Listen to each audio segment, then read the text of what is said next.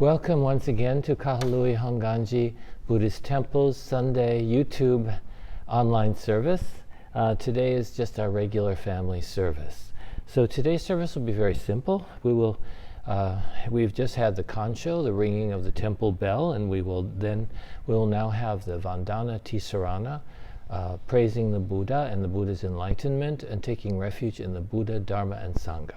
After this, we will chant the sutra, or it's really a modern composed sutra called Gasho to Amida. Then we will recite the Golden Chain of Love. After that, I will share a Dharma message with you, and then we will chant the metta, the loving kindness meditation. After that, we will sing the Nembutsu and then have a few closing words and announcements. Okay, so thank you very much again for joining us, and let's begin the service. Please put your hands together in Gasho as we recite the Nembutsu. Namo Amida Butsu. Namo Amida Butsu. Namo Amida Butsu. Namo Amida Butsu. Namo Amida Butsu. Namo Amida Butsu. Namo Amida Butsu. Namo Amida Butsu. Namo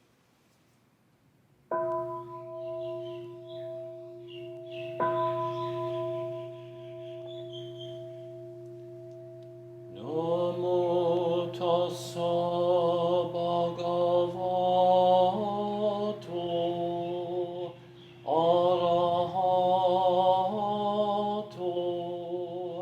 sammasambuddhassa. Homage to him, the exalted one, the enlightened one, the supremely awakened one. Bhutang saranang gacchami, dhammang saranang gacchami, sanghang saranang gacchami. I go to the Buddha for guidance. I go to the Dharma for guidance. I go to the Sangha for guidance.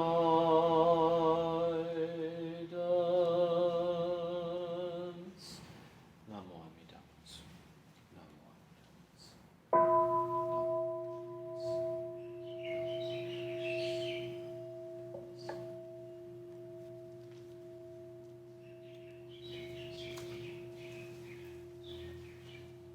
Namanda, namanda.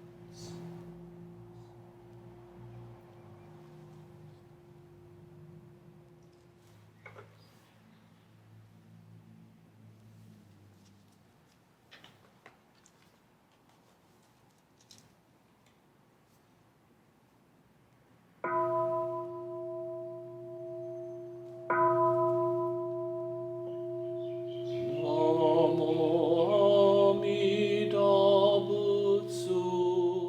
I recite Amida's name with deep joy and gratitude. I gasho to Amida, trees and grasses and flowers all grow in great compassion. This light shines throughout the world. I gasho to Amida. Flowers bloom and flowers fall. From the seed sprout new flowers. This is the true unchanging, Aiga Shotu Amida. Springtime brings the happy birds, their songs all praise Amida. I join them in Nembutsu, Aiga Shotu Amida. When I call Amida's name, it's Amida calling me. Buddha's voice, my voice are one, Aiga Shotu Amida. When I'm lonely, I recite Namo Amida Butsu. Then I feel great compassion, Aiga Shotu Amida. Nembutsu in work and play, every day with Amida. Every moment filled with light, Aiga Shotu Amida. Remember the golden chain, kindness to all living things. I will follow this teaching, Aiga Shotu Amida. In the clear bright morning sun, in the fading light of day, in the darkness of the night, Aiga Shotu Amida. Namo Amida Butsu. I live in great compassion. This great power guides my life. Aiga Shotu Amida. Namandabu, Namandabu, Namandabu, Namandabu, Namandabu, Namandabu. The virtue of Amida's vow is shared equally by all, together attaining awakened mind. We are born in the land of peace. Namo Amida Butsu. Namo Amida Butsu. Namo Amida Butsu. Namanda, Namanda, Namanda.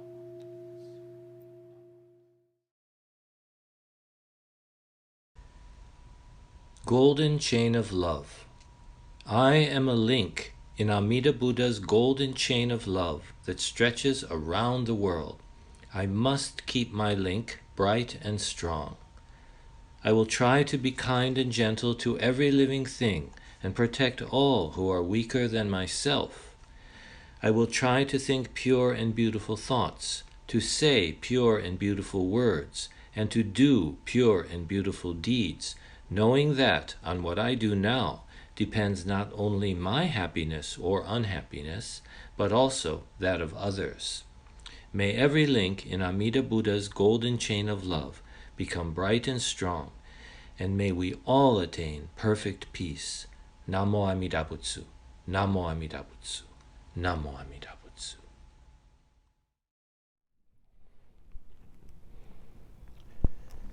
Well, welcome again. Would you please join me in Gasho as we recite the Nembutsu? Namo Amida Butsu, Namo Amida Butsu, Namo Amida Butsu, Namo Amida. I just have a kind of a short message today. I'd like to talk about an important aspect of Buddhism, or really kind of an essential aspect of Buddhism, which is we should take some time to think about and reflect on. And it is really our attitude toward life. Buddhism is a vast ocean of ideas, thoughts, reflections, which often seem abstract and difficult for many people to understand, difficult for all of us to understand, really. And it's not surprising, since Buddhism developed over thousands of years across numerous cultures, languages, and nationalities. And as it evolved through history, many ways of interpreting the Buddhist teachings grew, helping people in different cultures understand these teachings in ways that harmonized with their own cultural assumptions, or the things that the way they understood life. And so Buddhism didn't develop a single, orthodox doctrine as other religions did. Instead, the idea of multiple gates arose. Gate is how you get into a place, into a property, or a yard or a garden or something like that, And so multiple gates arose, in which the goal of Buddhism, which is enlightenment or awakening to reality, awakening to things as they are, could be reached from many directions and in many different ways. So in a sense, each of us enters to the garden of Buddhism through our own gate, our own unique gate. We each have our own unique Buddhist path. But we must not confuse the path with the goal. That is one of the biggest problems that people face in Buddhism. They confuse the path with the goal. They get kind of all tied up and all preoccupied with the religion, with the externals instead of the internal, the real goal of Buddhism. So Buddhism, the Buddha himself emphasized that the way to enlightenment, the way to awakening, was not something to be clung to, held on to, or revered for its own sake. So to illustrate this point, he told his disciples a story, this story. He said, a man was going on a long journey to a faraway land. At one point on his way, he encountered a great river which cut across his path and prevented him from continuing. Patiently and without losing heart, this man immediately began to construct a boat, a process which took him a very long time. When his boat was complete, he proceeded on his journey and crossed over to the other shore of the river. During the time he was working on and using his boat, he naturally became very familiar and very comfortable with it, and he felt great affection for it, for this boat that he had made and that he had used to get him across the river. Now, the Buddha said to his disciples, he said, "Tell me, do you think it would be wise or foolish for this man to carry his beloved boat with him as he proceeds on his way?" The Buddha's disciples answered quickly. "No," they said, "to carry this boat with him after it had already served its purpose would indeed be foolish. It would just weigh him down." It is the same way with the teachings and the practices, the Buddha told them.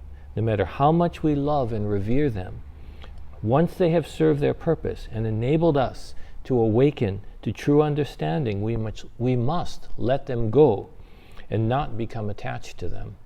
They are like the wood of that man's boat and are of no further use. Because of historical circumstances, you see, Buddhism became for many people much like the boat of that story. The difficulty of understanding Buddha's teachings, coupled with the needs of temples for revenue, resulted in a Buddhist religion which was founded on the afterlife, for example, revolving around rituals, practices, and offerings aimed at helping ancestors in the next world. Sadly, these death rituals, which should have been used or could have been used only to lead people to a deeper understanding of life as it is, to a desire for wisdom and enlightenment, instead became the only Buddhism most people knew, and something that it was practiced for really ulterior motives, not for the sake of becoming enlightened. And so Buddhism became very much like the boat in that story that the Buddha told.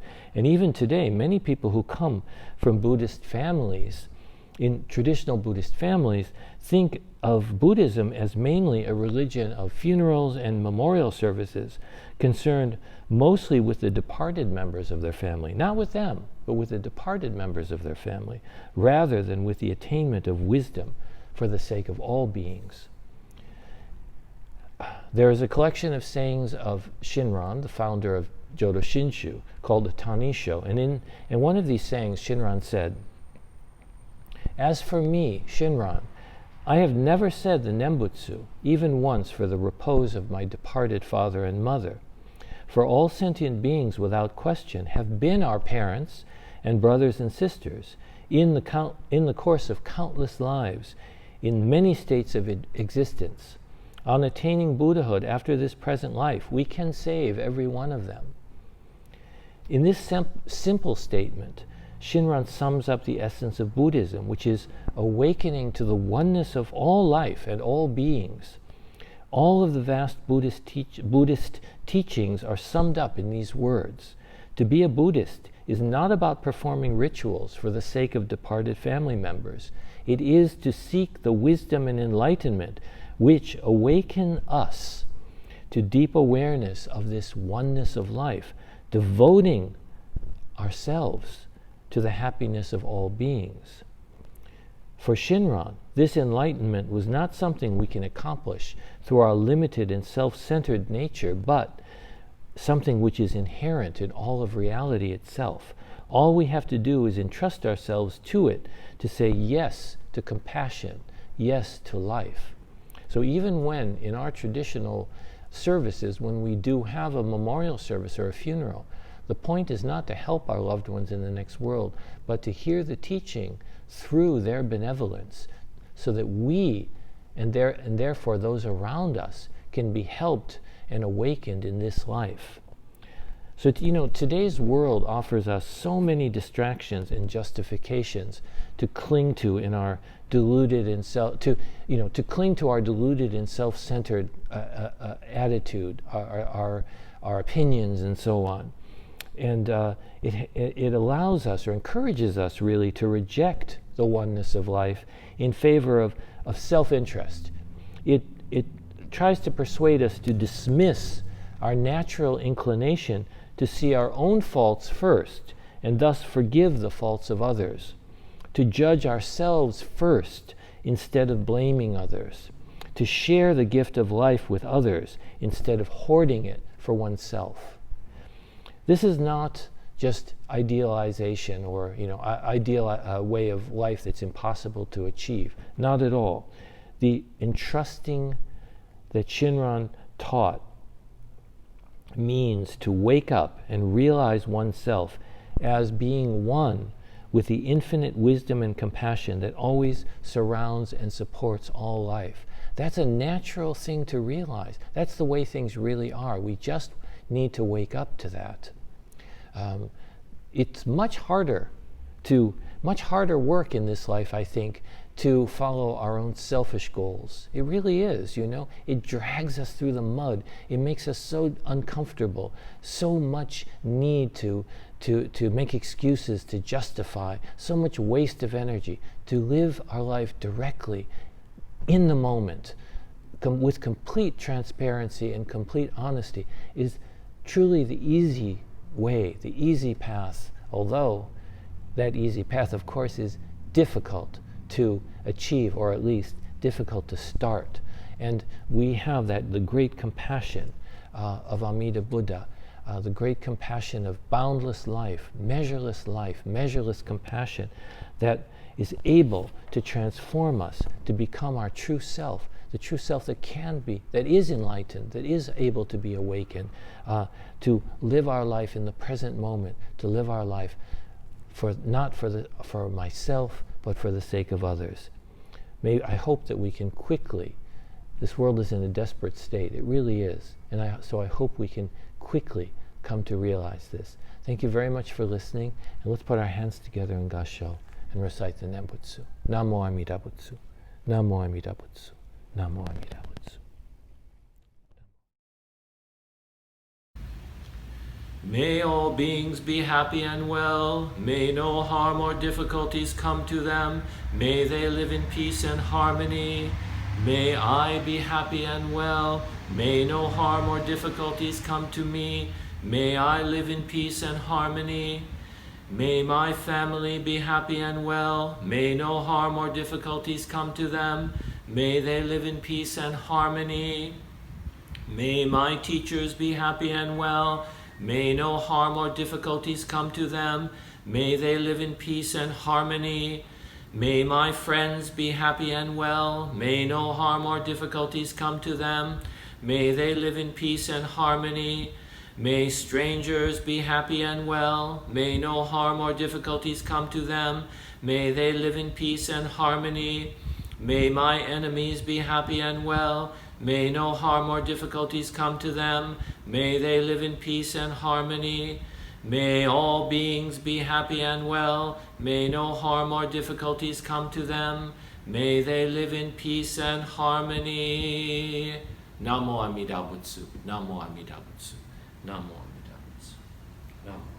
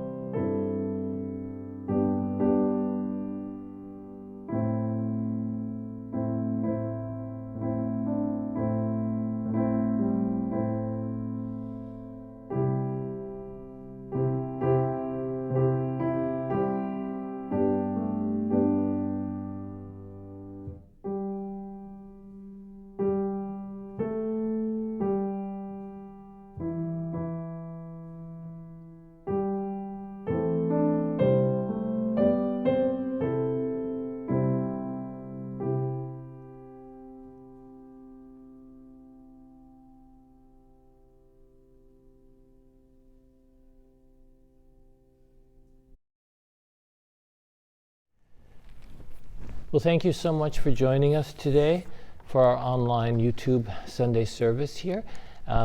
Today's service was for May 14th, 2021, in case I don't think I said that at the beginning. And so it's nice to have you join together virtually for this service. We are being able to open up more and more to have public services, in-person services, but we still have to be very careful. Even though majority of our members, I think, are getting vaccinated, we still need to be careful. Not everyone is vaccinated, and we have to think of everyone's well-being. So we are taking our time and doing it very carefully, and we are being a little strict about the social distancing and masks and so on until everything is really clear. Hopefully, things will get clear. So I have a few announcements related to that. First of all, We will be having public Hatsubon services. Now, normally in the past, our Obon, our Bon dance, is in July, usually like the third weekend in July, Friday and Saturday. We won't be having the Bon dance. None of the temples here in Maui will be having Bon dances, as far as I know. But we will have, and normally we have the Hatsubon, the first year Bon memorial service, as a sort of communal service, right before the Bon dance for each of the 2 nights, Friday and Saturday. We can't do the Bon dance this year, but we will we've decided to have public services, but in order to keep the crowd a little bit lower, we're going to have them, we're going to divide it up into 4 separate Hatsubon, public Hatsubon services. So it'll be 2 Saturdays, the 17th and the 24th, and we will have a 10 a.m. service and a 4 p.m. service on both of those Saturdays. And so what you have to do is, we will be sending letters to everyone who has had, we know about, who have had funerals, or some version of a funeral here at the through our temple in since last Bon season, and we will be sending letters to you. But anyone else who has someone they'd like to remember for that first year Bon service, just give us a call, and we'll just need to know the name of the deceased and the date of death and the age, and also the number of family members who will be attending the service. We will need to know that because we need to spread everything out so we don't have too big a crowd in the temple. Okay, so that's one thing, public Hatsubon services. The next thing is that we will be having a fundraiser on June 19th, next month, and the pickup, it's another Saturday. The pickup will be between 10 a.m. and 1 p.m., and it will be a kalua pork and lomi salmon fundraiser, but there'll also be other things, other things available, manju, Chinese pretzels, the deep fried kind of sweet pretzels, banana bread, pickled cabbage, span musubi, prune mui, so a bunch of other items that are available for sale as well. You can see the a link in the information box below the video in YouTube, or just give the temple a call. Okay, so that's another announcement, a very important one. So we really appreciate all the orders for the fundraiser, because that really helps us, and we haven't been able to do much in the way of fundraising, so we really depend on that to keep the temple going. So thank you very much. The next thing is to let you know about the upcoming services. Most every week we will be having a video service, online service like this, except for May 30th, the last Sunday, the 5th Sunday of this month. We will not have a video or an in-person service. Next week, May 23rd, we will be having our major service, Gotane, birthday of Shinran Shonin, as well as as we do every 4th Sunday, we will combine it with the Family Gratitude Remembrance, and this next week, and that service will be an in-person service, as well as we'll have a YouTube video as well. So if you are interested in attending, we do ask that you give us a call just so we have an idea of how many people are coming. The next in-person service will be Father's Day, June 20th, and we will also combine that with the graduate appreciation, which we do every year for our graduates in the temple. Anyone who's graduated from college or high school or whatever. And then June 27th, we will be having an in-person service, and that's not a major service, but it is the Family Gratitude 4th Sunday, so we will be having that in person, and as well as, of course, a video. Okay, so that's all the announcements for now, and you can check them out also in the rolling text that follows the end of the video. So thank you very much again for joining us, and let's put our hands together in Gassho. Close the service by reciting the Nembutsu. Namo Amida Butsu. Namo Amida Butsu. Namo Amida Butsu.